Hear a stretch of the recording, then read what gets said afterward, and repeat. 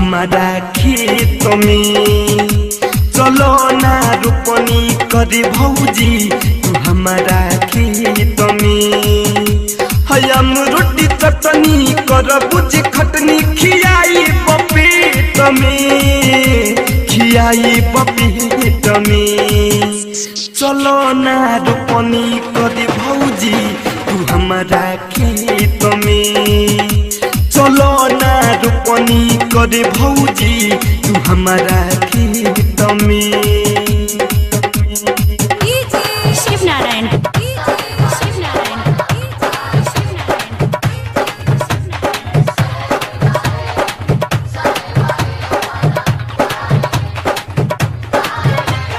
लकी recording studio gold DJ Shiv Narayan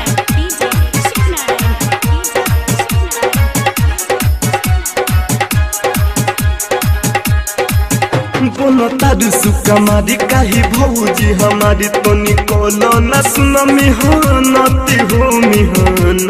हो काहे कर तारू माना मिल तारू बेर खाना लागे नैहर के बिगड़ल बालत हो तू कहला सुधार यही भौजी है अपना नीत में है अपना नीत में चलो ना रोपनी करे भौजी तू हमारा खेत में चलो ना रोपनी करे भौजी तू हमारा खेत में डीजे शिव नारायण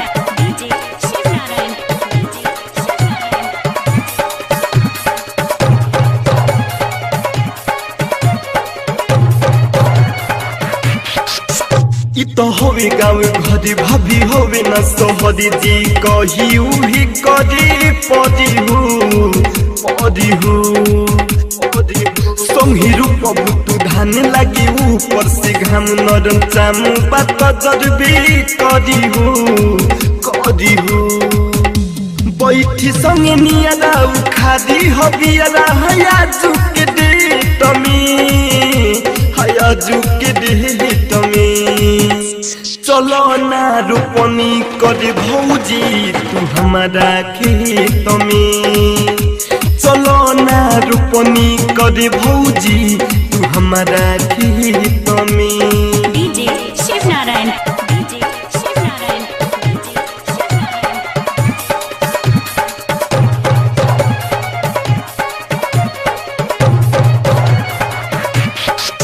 मानो मनु जकी बात चलो हमारा तो साथ न कमैबू त कहवा से खैबू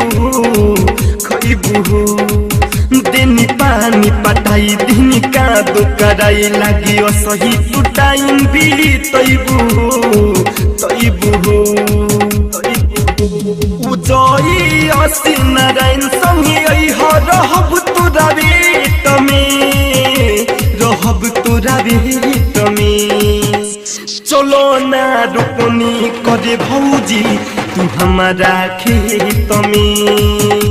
चलो ना रोपनी करे भौजी तू हमारा खेत में।